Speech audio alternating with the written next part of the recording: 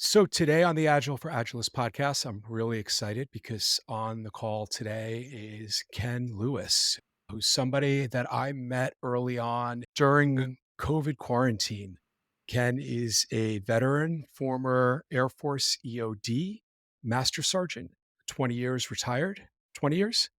Correct. 20 years and 9 days. 20 years and 9 days retired. We met right before you were transitioning out of the military. I was running an agile coaching workshop for veterans.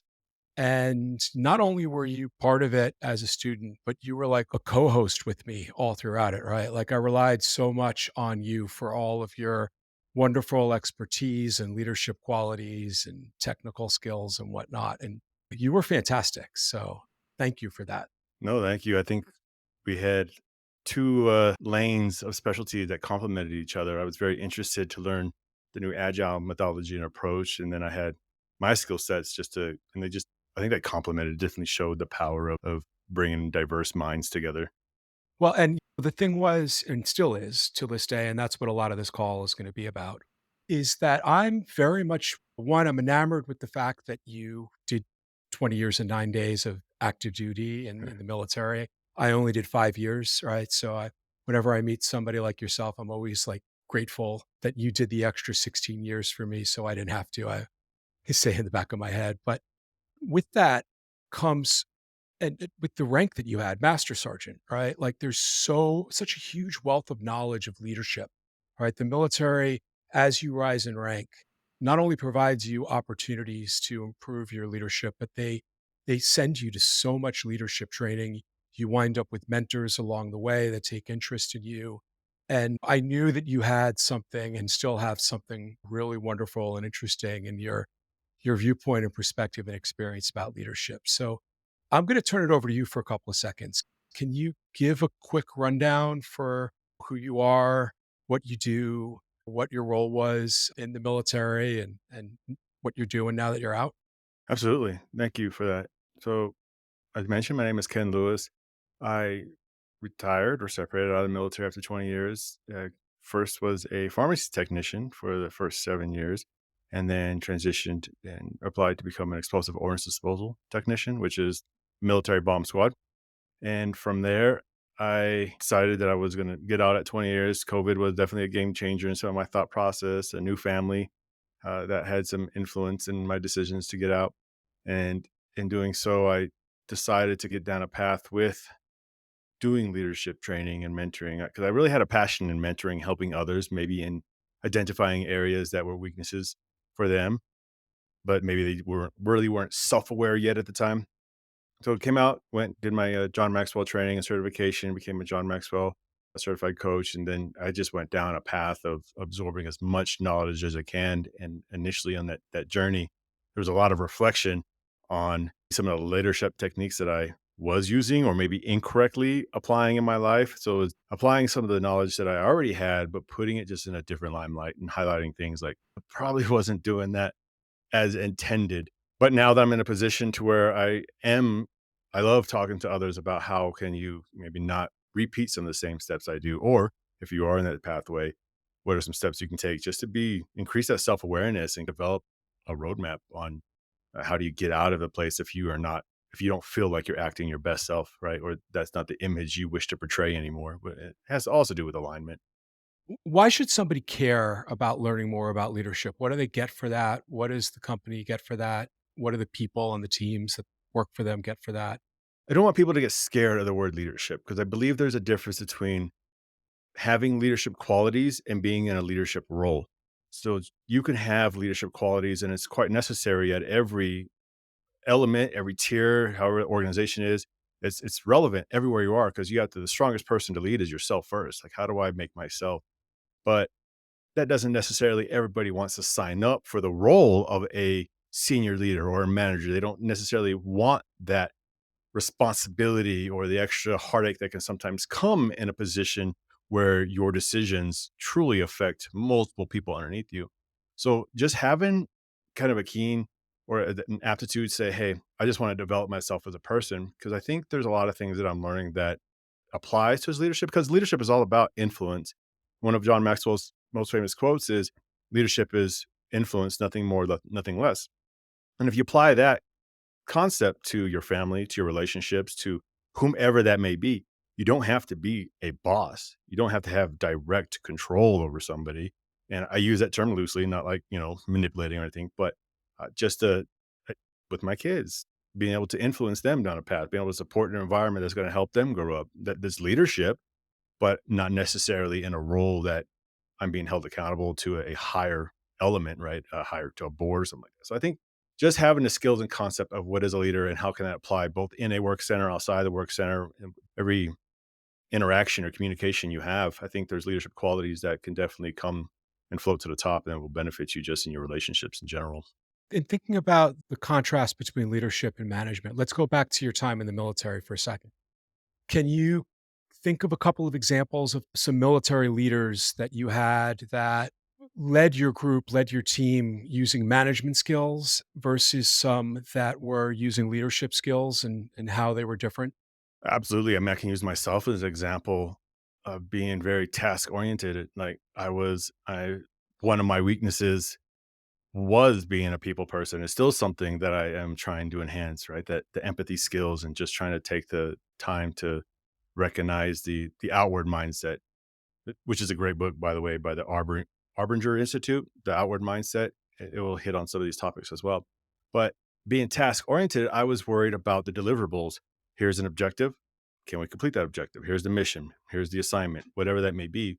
And then you do what it takes. And there's some scenarios where that is important. Okay, at all costs, we will do this. But you also know the benefits, the risk you go into as it should be an educated thought process behind that decision and going that approach. But I was using that as a default of here's a list, we're going to accomplish them and go forth. That can kind of get in the way or does get in the way when you don't really consider what's going on in somebody else's life at that time. What impacts are bothering them at home that maybe might not allow them to put their best foot forward because they're distracted with whatever. There's a lot of scenarios, and work is just one part of those influential factors. And if you don't take the time to change from the manager of delivering a task to a leader of how can I influence to a certain result, then that's where you can really start appearing or becoming more insincere, and maybe uh, followership is a choice. So if anybody is in a work center underneath you, granted in military hierarchy, quite different, but you could be in a position to where somebody is allowing you, is giving you permission to lead them.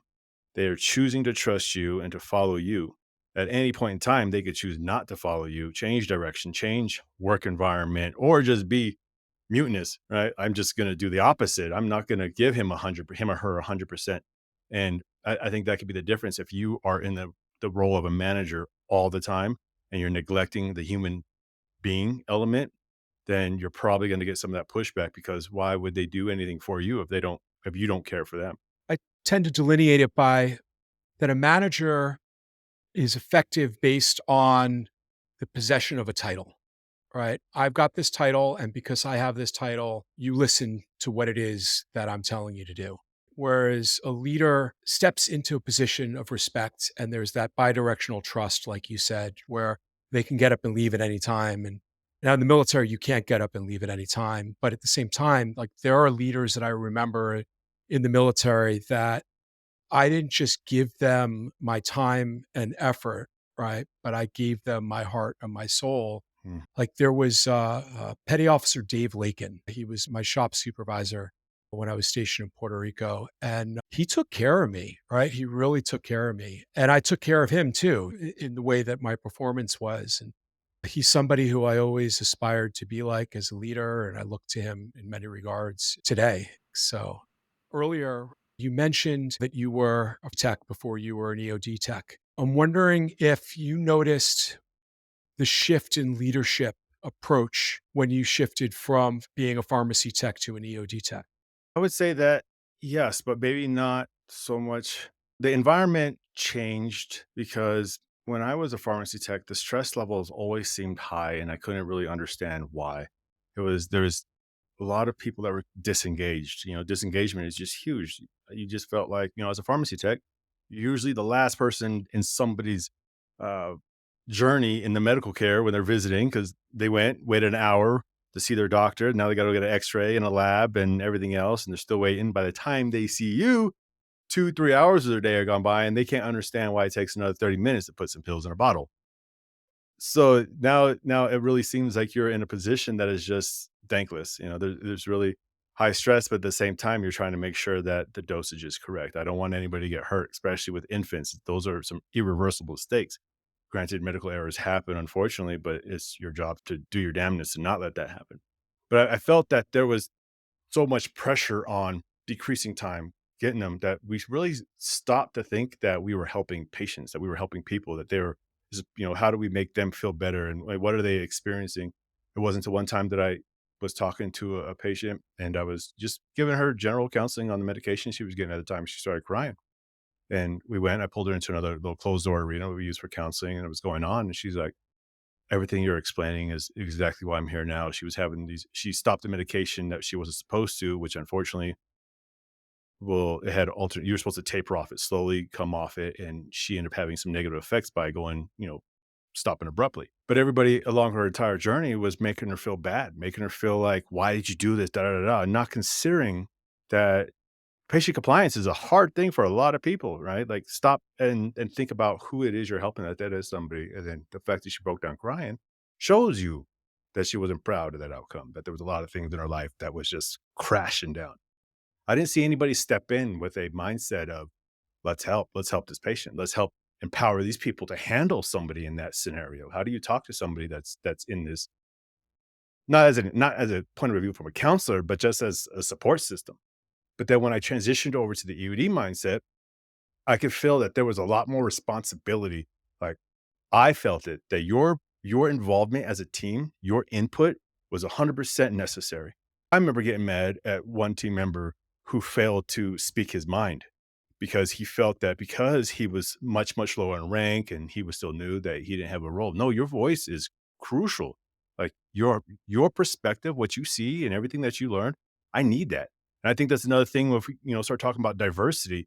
uh, I know it has a lot of publicity in the political mindset, but the diversity I appreciated was having somebody that came from a different background, different thought process, life skills, whatever those things may be. They're going to look at the exact same situation as you, completely different. And that's great. But as long as when you guys make a decision and the team steps forward, that everybody understands where you're going and you make the best out of it. I think I felt more empowered in that environment. I felt appreciated. I felt like I contributed and I was able to excel more because you knew that you mattered. There was a feeling that you mattered. So I think, and I can't say that, this was 20 years ago in the pharmacy that it was always like that, but I never really felt empowered or I never really had that sense of pride or purpose that I had once I changed into a career field where I felt the dynamics, the importance of team dynamics. It was just a huge shift in alone. I think that has a lot to do with the leadership setting up that culture to say you need to speak your mind, you matter, versus do what you're told. You know? I want to go back to one thing you said. It's interesting you brought up the idea that as a pharmacy tech, everything was about speed. Your leadership was trying to convince you to figure out how to do things faster. But then you realize that there was other needs that your patients had. We talk about building personas for the customers for the products that we're developing. And it triggered an interesting thought in my mind, right? Because in that instance, your customers, the patients, they might say that they want something fast, right? But also not realize that they want something accurate, right? Because they're overlooking the complexity, right? Like it's not just filling up a pill bottle. And even if it is just filling up a pill bottle, it's making sure you've got the right pills, the right dosage. I was thinking about when you were talking is that with EOD, from a leadership quality perspective, right?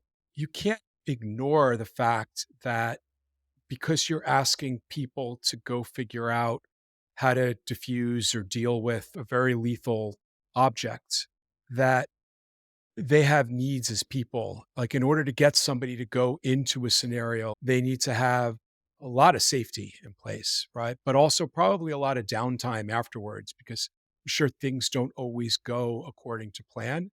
Whereas, like, in the pharmacy, I would imagine that it's very easy to overlook that, right? Like, where your leadership probably is also like, they know that you've got to be precisely accurate with filling these prescriptions, but at the same time, you might not necessarily see the levels of stress, the levels of difficulty, and just hear management saying, "Our numbers are down, our scores are low, we've got to be faster at this." And I think it's important to recognize that even if you're not in a scenario where there are bombs, where there's life on the line, not just your patients. Right? Actually, I think that's the other distinction. In the pharmacy, it's not your life that's on the line, it's the patient's life that's on the line.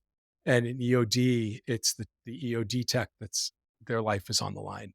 But that regardless of the situation, people aren't resources, right? To be just used as expendable resources like a printer cartridge or toner paper or I got that backwards or Still makes coffee. sense Yeah. for sure. Coffee in the coffee mess. People are knowledge workers that we hire for their expertise. And if we want them to have greater output, greater outcomes, and delight the customers that we need to treat them as such. That's one of the things that I started loving within the agile world when I started learning more about how a scrum team organizes and the involvement and the consideration of everybody and then your initial impact is what's stopping you. Like I love that. I still use that today. It's like, no, no, no. What's getting in your way? Because if you use that mindset, even more in a leadership role, right?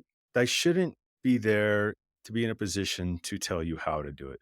It really should be like, okay, in fact, the first time I went to this method, it was before I started diving into the agile mindset, but it was having that purpose. Like, okay, guys, these are our three key priorities. I want to make sure that everybody has all the equipment they need, all the training that they need, and that we could deploy within 72 hours and stay alive.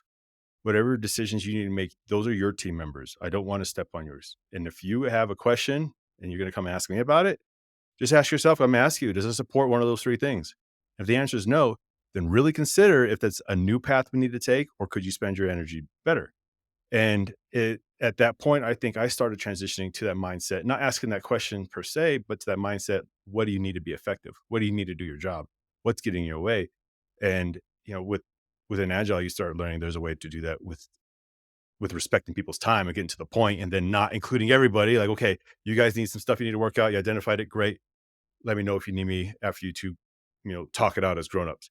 And I think that having that concept of knowing when you need to lead and when you need to manage or just create an environment. And that's another thing. I think a main job as a leader is to set an environment. I can't motivate anybody to do anything. I can help to create an environment that might trigger some of their intrinsic motivators. What are they attached to? What are their purposes? What drives them? If I get to know them for that, then I can help establish that environment where they now feel motivated to do it themselves. So understanding your culture and knowing when you need to, what hat do you need to wear right now? Do you need to be a mentor? Do you need to be a manager or a leader? It's just kind of what role and what's your objective and what are you trying to do? But it ultimately comes down to what is it that's going to help that person become their best selves? What's going to let them shine up? And actually sitting down and trying to find a way to align their personal goals with the goals of the unit at the time. Like this is the direction we're going at the time, but there's no reason that you cannot also do the same thing that benefits you and us. Right now, obviously, I can't help you chase every last one of your dreams, but I can set up opportunities. And if I know what it is that drives you, and I know that these are some of your goals and objectives in life, then when I hear those at a staff meeting or where they meet, then I would know, hey, I got a guy right for that, right? I can put those opportunities in front of you because now I know what's important to you. And you're helping me with my mission, with the unit's mission. Let me help you with yours.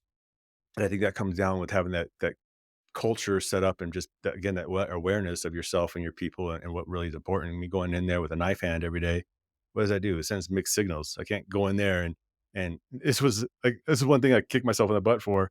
I would go in there, get your effing feet off the desk, right? But then at the same time, deep down, I truly wanted to make sure that they had everything they knew needed to do their jobs, right? But that was sending mixed signals. Like I'm pretty sure I seemed like I had a mental health disease, 'cause I would be one way one day. I wasn't consistent with my behaviors.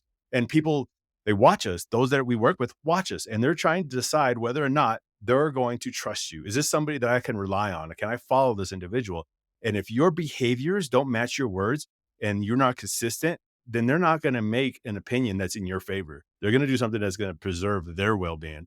And I think that consistency, saying this is the person that I want to demonstrate as a leader, and these are the actions I'm going to take, and walking the talk. I remember back when I was in the Navy, and I didn't experience this a whole lot, but if you were experiencing a problem outside of work, right? Whether it was a family problem with your family that lives with you on base or your family that lives back stateside or whatever that was, or if you were having financial issues or medical issues or whatever it was, right? Like your shop supervisor, your chief or your top sergeant, master sergeant, right? Whatever branch you were in, they were there for you. They might not specifically know the answer, right? But if you were to go to your chief or your sergeant and say, I'm having problems with financially being able to put food on the table for my family at home, I need some help. I know I've made some mistakes. They'll sit with you to figure out like what's going on and they'll help direct you to the right support services on base, which isn't going to mean like somebody's going to cut you a check, right, to solve your Mhm, problem. But they'll put you in touch with the people that can help you to figure out how to get out of the hole that you're in. And that's not something that is in like American workforce culture. Like if I show up to work and I'm having problems negotiating my rent with my building management company, there's nothing within HR. I know that like most insurance plans now that you get through your company give you that free access to a social worker to talk to them, but it's not the same. I've called them before and it's this checklist thing, and they're like, "Oh, you need to call your state's whatever." And then you call your state's whatever, and it's just like some garbage program. and I don't know where that builds or where that grows from, 'cause I know I used to have as a pharmacy tech, I was a brand new E5, brand new staff sergeant, and I was given 2 individuals to supervise at that point, and I remember doing my initial feedback with one of them, and I was following the checklist, going down, asking her questions, and I laid out what some of her goals were. I said, "Okay, yeah, cool." At the time, and still, I guess, is very I love just knowing resources and where to send people, or at least who to get and bring in to help the areas that I'm not a specialist in. But after that discussion, within 24 hours later, I kind of gave her these notes of where to pick up and stuff like that. And she's like, "Oh, I already called them." I said, "Well, then, but I'm curious. Like, if you already did that, why did we talk about it?" She's like, "Well, to be honest," she's like, "Nobody's ever followed through what they told me they were going to do." So she was used to having the leaders that would say, "Oh yeah, sure, da da da da," but then not follow. Even if they knew the answers or had the resources, it was a short. It wasn't a genuine concern. It was one of these things to where they would check a box, say what they had to say, and then move on, versus actually doing what you're supposed to do. And I don't know if that is something that's given or done as much as one would hope in the civilian workplace of like, yes, take care of their mind, because it might not be your responsibility because they are their own adult. They can make adult big boy, big girl decisions. But we all hit points where we're just overwhelmed. We're confused. We just kind of need to somebody to come out there and wipe the haze from our glasses, right? Like, how do I get out of this fog because it's crashing down and I don't know. I know everything I need to do, but I just need help starting. Get me down a path. And I think if you pause and did that, because then what's going to be happening? Their work performance is going to start crashing down. They're not going to feel confident. I mean, there's just so many negative attributes that can happen because of something happening in their personal life that you might not feel it's your responsibility because I'm not my brother's keeper or something of that sense.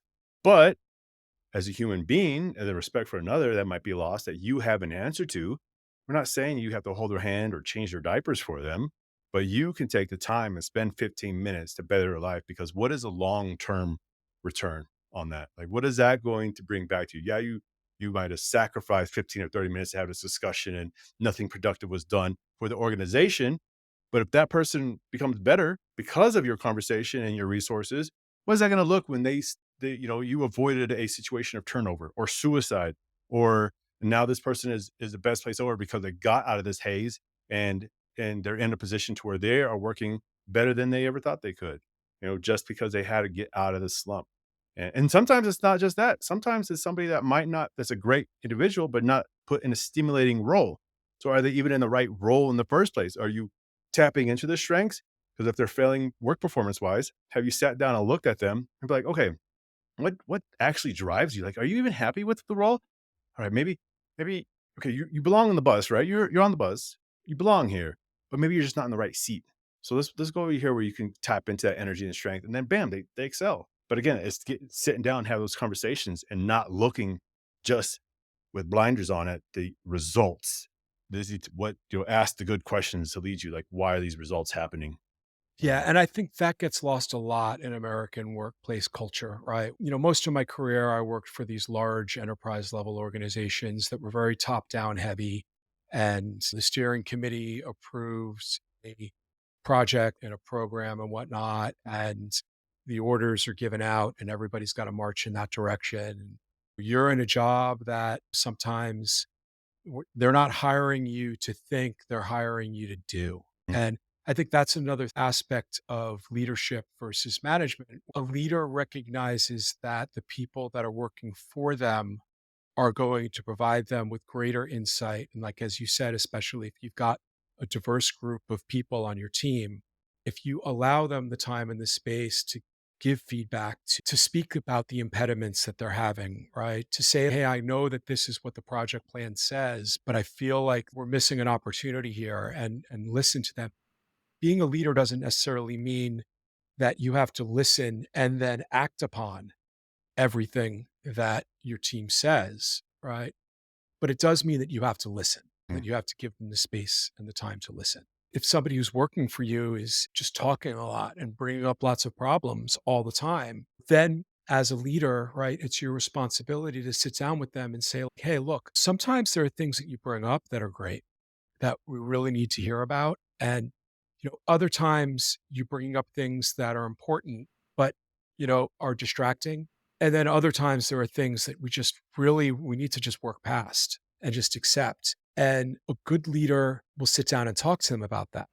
Better leader will say, how can we work together to create a shared language that would allow us to work through all three buckets together in a way that allows us to have a better understanding of what it is that we're talking about and what to do with it, getting high results still, but maybe working faster through it. Um, And a suggestion box is not the answer. You want to have a culture of innovation, and you're not going to get any type of innovative ideas if people are stunted and you only have monkey turning wrenches because they're doing what they're told. That's not why you hire them. You hire them for the brain power they could bring, the creativity, the thought processes. So if you have people that are feeling one that they're not heard and that their thoughts are always dismissed, then they're going to stop contributing, and you're probably going to miss out on the next Elon Musk, right? The next big thing. But let's say if you I realize people are kind of doing hope we this, miss then out on the next Elon yeah. Musk, to tell you the but truth. I mean, there's ideas that individuals have that if somebody was to act on, you'd be surprised at where that could take you. And I think that if you had multiple people, maybe an idea could be, hey, how about every 2 weeks we'll dedicate to a 30-minute meeting to where you guys can hash out and bring out your top 3 ideas as a collective, right? And it's not any idea is good or bad, but which one's like the most feasible to do at the moment that aligns with our effort and provide them time to at least feel heard and go forth and feel like they're contributing. And it's not saying, hey, this is not a great idea. It just might not be the best time for this idea. So when they're feeling heard, they can see that they're contributing. It's on a parking lot of some sort. And then you kind of weed them out and just kind of go down the list one by one and see what's actionable. But don't waste too much time because some speed matters, right? Speed to market matters. So some could be one of those ideas like, crap, we should have acted on that really quick. But maybe in a brainstorming session, that would come to light and be like, that's a great idea. We need to do that now and see what happens from there. And again, I think there's a theme here is about that culture. What are you doing? Are you bringing a culture to where people feel like they can be heard, that they have the safety and freedom to speak their minds, that they're not going to be ridiculed or shamed or any of those negative attributes where they want to share their ideas. And I think that was the biggest in the military. There were so many things I had ideas coming out of my mind left and right. And then there was after a while they started getting turned down. I was like, okay, started going to a black book. I was like, you could do this cheap because I'm in the military, or I can sell you the product for 10 times the cost when I get out, you know? Because of some of those processes, like, oh my God, like the answer might be so clear to one person. But on the other side of the coin, I wasn't at headquarters. I don't have the strategic view. I don't know all the other, trinkets that are currently in play. So there's that. But nobody ever stopped to tell me whether that was applicable or not applicable. I just felt dismissed. And that's when you start to feel disengaged and you're like, I'm gonna move on to where I can kind of feel more um like I can contribute to a bigger cause. I actually, while we're talking here, I just thought of a great brand for you. You brought Oh, up the idea of having things go into the black book. I feel like your brand of leadership should be called "Cut the Uh, Red Wire," leadership skills from a I'm like, 20-year Air Force EOD master sergeant. I had joked around the other day, and it was something I just threw out there as like, leadership without the knife hand. How do you motivate people without intimidating them? Discipline is another thing in that realm, and improper use of discipline tools. Discipline tools, whether it's going to be like, hey, we're going to have a feedback or something like that. It's just to correct unwanted or unexpected behavior. It's not to try to strong arm or change somebody completely. And I think we get to a point where sometimes discipline tools, knife hand approach and stuff like that. And for those not military, maybe you've heard of the knife hand, but it's that do as I say, don't think, do what you're told. It's just kind of that very direct, in your face approach, which, sometimes it has its I moments. was gonna But ask you about that because I've never heard of the knife hand. I'm all like, uh all I'm thinking about is like Captain Kirk, like on an alien planet, like, doing battle with a knife in his hand, but there are some individuals in the military that are just killer with their knife hand. Like, you just know the type of professional in the military they are. You can see somebody coming at you like this, like, I'm not gonna take you serious. Like, what is that? What are you trying to do? It's a different approach where that doesn't work long term. you reminded me that when I was in the Navy, I learned that whenever you're walking somewhere, whether it's across the ship to another deck, to another work center, or whatever it is, always walk with a rag in your back pocket and a stack of papers in your left hand, and nobody will bother you because you look like you're walking with a purpose. Back in the day for me when I was in the medical group, it was a blue folder. It could be nothing in there. Yeah, But if I walked around with a sense of urgency, like I wanted something, nobody messed with me yeah, because why? You just looked like you were on a mission. yep. Nope. Yeah. Nope. Whenever Just roaming. the ship's smoking light on an aircraft carrier, right, for the smokers, there's a tiny, probably like 24-foot by like 12-foot area off the side of the ship. That's the Mm, smoking deck. And the smoking light would be turned on or turned off, right? And this comes from early days of the Navy. If the smoking light was on, right, it meant that you can go smoke, and if it's off, you can't smoke. And it's because you could see somebody lighting a lighter across the sea at night, and an enemy ship would see that, uh, right? But we would do these drills, and they would close the smoking section for hours, many, many hours, like 6 hours or more at times. And then the smoking light would turn back on, and there would be like a half an hour long line, or and even more at times, to go smoke, and shoulder to shoulder. It was just so gross out there, and I'm so glad I'm not a smoker anymore. Um, but yeah, I remember like, wanting a cigarette and grabbing a rag, grabbing a stack of paper and walking to the smoking deck. So nobody would ask me to do something on the way to the smoking deck. But he is sense of urgency, right? Just look like you have sense of urgency. You're on a mission. yeah, And you're good to go. But hopefully, it is truly every now and then you actually do have a sense of urgency and working towards something. But yeah. hey, sometimes those tricks come in handy because you just need a moment for a little bit of woosah. So I want to talk about John Maxwell because I really admittedly don't know anything about John Maxwell. So can you give me a quick primer on maybe who he was and what his insights were and what you're doing with John Maxwell leadership training now? Absolutely. And I knew of John Maxwell in the military as, the leadership guru. You read a lot of his text, the 5 levels of leadership, the 21 irrefutable laws of leadership, 17 laws of teamwork. He just has all these different concepts. The theme within the Maxwell community is that he wants to add value to people that value others and add value to them. So it's not just enough to uh, add, like, I'm going to try to add value to your listeners and to whomever I might speak to, but also how can I help them add value to somebody else? How can I give them maybe one bit of information? And he's one of those individuals when, you hear him speak or you're in the same room that I feel that he genuinely means it. He really truly believes in making leaders that care for humanity in general and to spread that knowledge and to develop everyone around you at all levels, regardless of who you are, all the way down to whatever you might think is the lowest form of work, professional, career field out there to the highest form. And it's everybody is still a human being and has a quality that they can give, and we shouldn't stunt that growth on anybody. And matter of fact, so this quote that I have is my favorite one that he had up here is success is how well I have done for myself. It's all that's all about me. Significance is how well I have done for myself and others. So is what I'm doing is significant to the world? So am I contributing?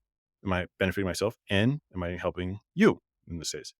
But greatness is how well I have inspired others to do well for themselves and for others, which is the same thing. So he strives to reach for greatness to where he is building a community that wants to help the next generation and the next generation, not just I want to become a better leader. I want to help you become a better leader, but I want to help you become a leader to help the next person become a better leader or a better person, even if it's not leadership. So he is a, I think that's a lot of the trainings I just have just absorbed over the last 2 years. A lot of the concepts were not brand new, but labeling them in a certain way has helped me kind of explain them differently, attach certain principles to my life differently, and just kind of have a different level of respect or understanding, I guess you could say, on how this can contribute, whether you're a leader or just a parent, a father, a spouse, or whomever, or customer. Just because you are in a building paying for a service doesn't give you the right to act like an a-hole. That's still another human being you're talking to who probably doesn't have any influence on whatever decision they're They're enforcing, reading from right? a script. Yeah. Yeah. So, treat everybody with dignity and respect them. And I think if you stop and study a lot of his words, you'll pull a lot of that of how do I connect? How do I become a better influencer and just relationships? Relationships matter. I love that. Success, what is it? Success, significance, and greatness. I think that's a great way of framing it. I don't know if you know aware of this, but I took a leadership course for about a year, about 2 years ago, through IPEC, Institute for Professional Excellence in Coaching, and it focuses on what's called core energy coaching, which was created by a guy named Bruce D. Schneider. The cool thing that I really like about it, what I've learned from it, is that all throughout life we're exchanging energy, right? We are radiating energy and we're absorbing energy with others, right? You and I are exchanging energy throughout this conversation. And that to be truly powerful and influential is to be very conscious of your own energy, of how you're exchanging it with others. We talk about it's a catabolic and anabolic energy, right? Catabolic energy is energy that kind of like a negative emotional attractor, right? Whereas Okay. was anabolic energy is energy that creates more energy, and that to be aware of the type of energy that you're radiating. And it sounds a little hippy dippy like you're shaking the tambourine, but to be aware of your mood, right?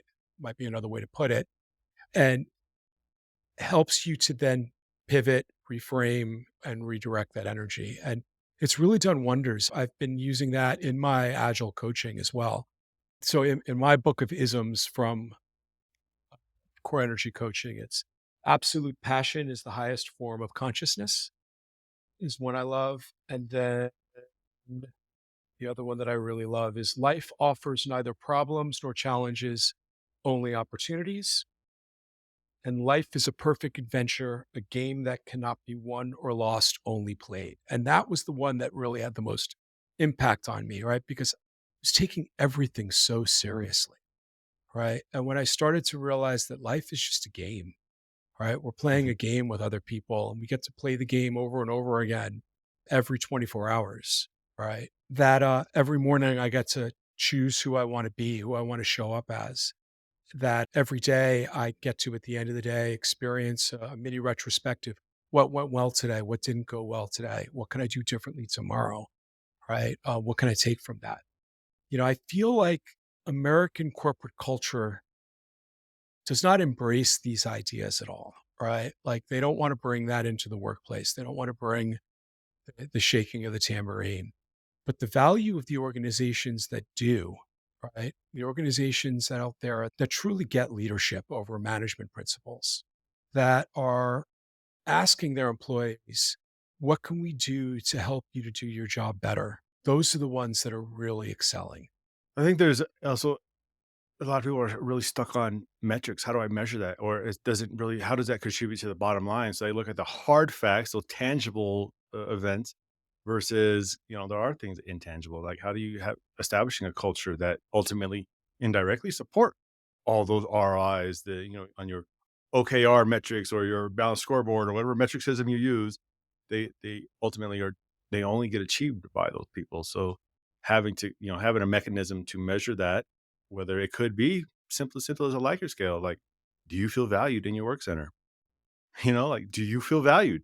Ask that on a daily basis. How are you valuing others? What do you do? What do you do as an individual? What do you do as a as a department, company, organization to value others and to serve others? If you're in a business world, you're ultimately creating a product or service to serve others, to solve a problem that they have, or to provide some kind of service. But in doing so, what intangible benefit are they gaining? A lot of the companies that I work with at the boots on the ground level, what I hear a lot of is that they don't understand what the mission is, what the corporate vision is. They feel so disconnected, right? Like they know what they're working on right at that moment, but they don't understand what the North Star is beyond that. And I work with leadership and I'll find that that middle layer, right? They're not able to provide that to the boots on the ground because they're not getting that from up and above either, and there's a huge problem where I think that companies feel like they're not allowed to say, "We don't know." And so people make stuff up and they do like a song and a tap dance around things and whatnot. But the other thing too is it's okay to get that answer from downstream, right? Find out who knows the customer best. Get lots of different viewpoints for who knows the customer best and start to create that North Star. I really like OKRs. Have you come across OKRs versus KPIs yet? It's still an area where I'm trying to develop. Well, okay. So can I give you a quick primer real quick? Absolutely, let's And I'm do gonna it. try to do it using an EOD analogy, right? So from a KPI perspective, right? Your KPIs in an EOD unit might be the hours of training provided, right? It might be the time to get to the location. It could be number of devices safely dealt with. I don't know. Rendered safe. Rendered safe, thank you. Now, from an OKR perspective, you're thinking about the outcome that you're looking to achieve, right? So, like with the KPI, it's did this happen or didn't happen, right? Like we've Mhm, got a metric that we're measuring, all right, at the micro level, right? Did it happen or didn't it happen? Whereas from an OKR perspective, an objective that you might have for an EOD unit might be that the EOD unit is a strong team that performs its job with confidence and safety expediently, right? So that when it goes out into the fields to do its missions, that it is able to have successful missions at a high rate and with a high degree of safety. And then the key results, right? The key results that you look at usually as KPIs, right? Might be things like how does the team feel from a standpoint of safety? How confident are they with working with one another? How tightly knit are they with one another? Are they improving their time to the location? Is their rendered safe rate growing and things like that, right? And these are things that from a KPI perspective, usually you're measuring KPI every quarter or every half year or at the end of the year. Whereas mhm. with the KR, right, you're constantly reflecting on it, right? Are we trending in this direction or are we not trending in this direction? If we're not trending in the direction that we want it to go at the rate that we want to improve, then we ask ourselves, all right, what other initiatives should we put in place so that we're continually striving towards improvement at a regular rate? Whereas, like, I would imagine that in an EOD unit, there's a very like cookie cutter recipe for all EOD units provide for how often they do training, what training they do, how much downtime they get, right? And that if they're providing those things, then the expectation is that the KPI should be good, right? And if the KPI isn't, then let's review it at the end of the quarter or the end of the year or whatever that might be and figure out Mhm. what's wrong with our training, what's wrong with our downtime or things like that. I think there also could be a difference on two different perspectives I have. One, when you start looking at the reportable results within the military, is that because of our mission set, we had to meet certain objectives. How many trained team leaders do we have in that area? How many trained team members do we have, and how many people are still in training, progressing, and will they meet this in a certain timeline? But that was more from a national readiness perspective, that we as a country can say that yes, we can maintain this level of readiness that the geniuses Congress can't has already stated, like we have to be prepared to this level. So the training and all that then kind of goes down here. Say in order to meet the objectives given to us under the national military strategy and so forth, that this is kind of how we're going to do that, and then split it up between domains. This is what the different services will do, what different mission sets and so forth. And a lot of that is definitely going to be filtered top down, and the KPIs I think will be much more appropriate for that in a top down, because we don't have the entire picture, and they don't necessarily need our input at the time of how are we going to do it. They're not telling us how, we're saying this is what we need to have done, which from my understanding, please correct me if I'm wrong on this, with the OKRs, that's kind of like the more cascading evolution to where they do want input from the bottom of, hey, this is some of the things we're going to do, but now as your particular unit or you as a person, how can you help? What things, and what are you going to measure yourself against? Like, I'm not going to, this is what we, our organization, is going to do, and this is how I'm going to measure the organization. Now, how are you going to help me do that? Like, tell me how you can contribute, and then kind of like cascade that whole line of reporting and metrics down to the very bottom level, and then Yeah. Well, think about it like filter. this. KPI is, you define a target and you either hit the target or you didn't hit the target, right? Mhm, Where the way the OKRs are designed is in such a way where you're improving the way that you're hitting the target, right? You're improving the precision and accuracy of hitting the target, and also observing whether or not the target itself needs to be adjusted, right? So, like, think about the times that you sat in a training session that you were going to have to give your team more training afterwards, right? That the syllabus covered the bullet points that the federal government needed you to hit, but that in order for them to be safe out in the field, we've got Master Sergeant Ken Lewis's additional hours that we're going to meet next mhm. Thursday to go over these things. And like from an OKR perspective, like that happens as well, except that it gets fed back. So this way the training program can evolve as well, right? And that other people across the United States and other EOD units can benefit from your observance of the gap in the training program and what you know because you're boots on the ground for what your team needs in order to be safe and render objects safe. Gotcha. And I think that elaborates to the idea of the importance of having a development program, an effective development program for you people in an organization. For that example specifically, is how do you empower somebody to give them the right tools and resources to be better at their job? And then how do you measure if that is the right tools and resources? Are they actually improving? And is your approach correct or not? And how do you adjust course if necessary? Do you make that decision on your own? Do you get feedback from those? The metrics themselves speak to it, that, hey, this is working or not working.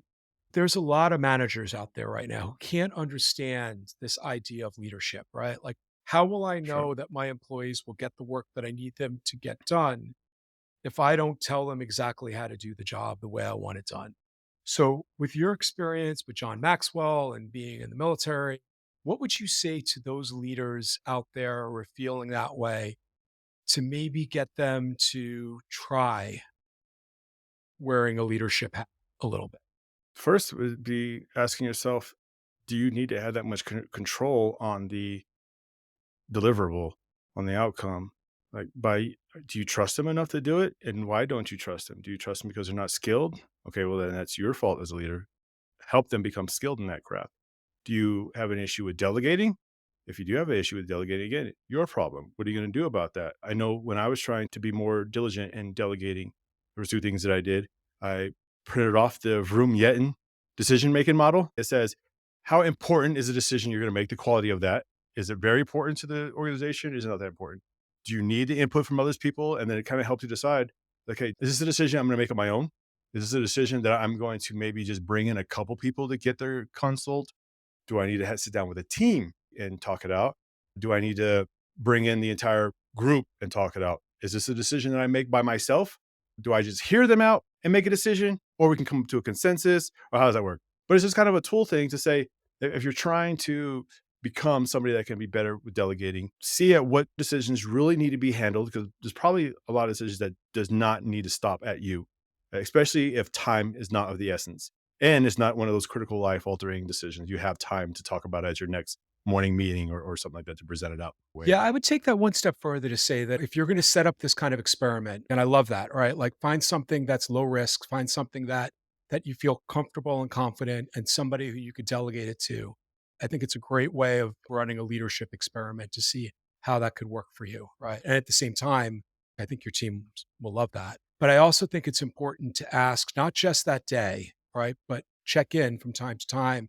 What can I do to help you to make sure that this has the right outcome that we're looking to achieve? So, well, look, I know you got to get going, and I want to be respectful of your time. I know we started about 2 hours ago ahead of the Oh, this is call. great. Is there any last licks? Any last thing that you want to say? Just the number one thing you can do in your journey of leadership is really, really try this self awareness. Ask the right questions. And if you don't know where to start, then there are some good topics on servant leadership that would be a great focal point. In fact, I have a little checklist. If you go to kenllewis.com/servant leader, this checklist that what are some things you can ask about yourself? Like, how do you, is it a strength or struggle of and again, it's all subjective. How do you feel about your level of self awareness? Do you feel you got a grasp on that? Well, how curious are you about others? Do you listen well? And are you coachable, teachable, things like that? But then in organization, are you empowering your people? Are you recruiting the right people? Are your mechanisms in place? Are you resourcing the right way? So it could be just a checklist to think about where do you want to identify some gaps and then pick one area to improve and then just go from there. But know that any type of those things, it's not, I mean, I'm still developing it, right? There's so many things that as I go down this path where I kind of uh, like, man, I thought I was doing well and didn't. So don't beat yourself up. Realize that it might not have been the person you wanted to portray, and just keep developing, and then pass that information on to the next person. It's truly that's the only way because it's got to be a culture thing, and you can only do that if you know where to look, and you got to look inward and be brutally honest with yourself. We have a fault of measuring ourselves maybe a little bit higher than we truly are.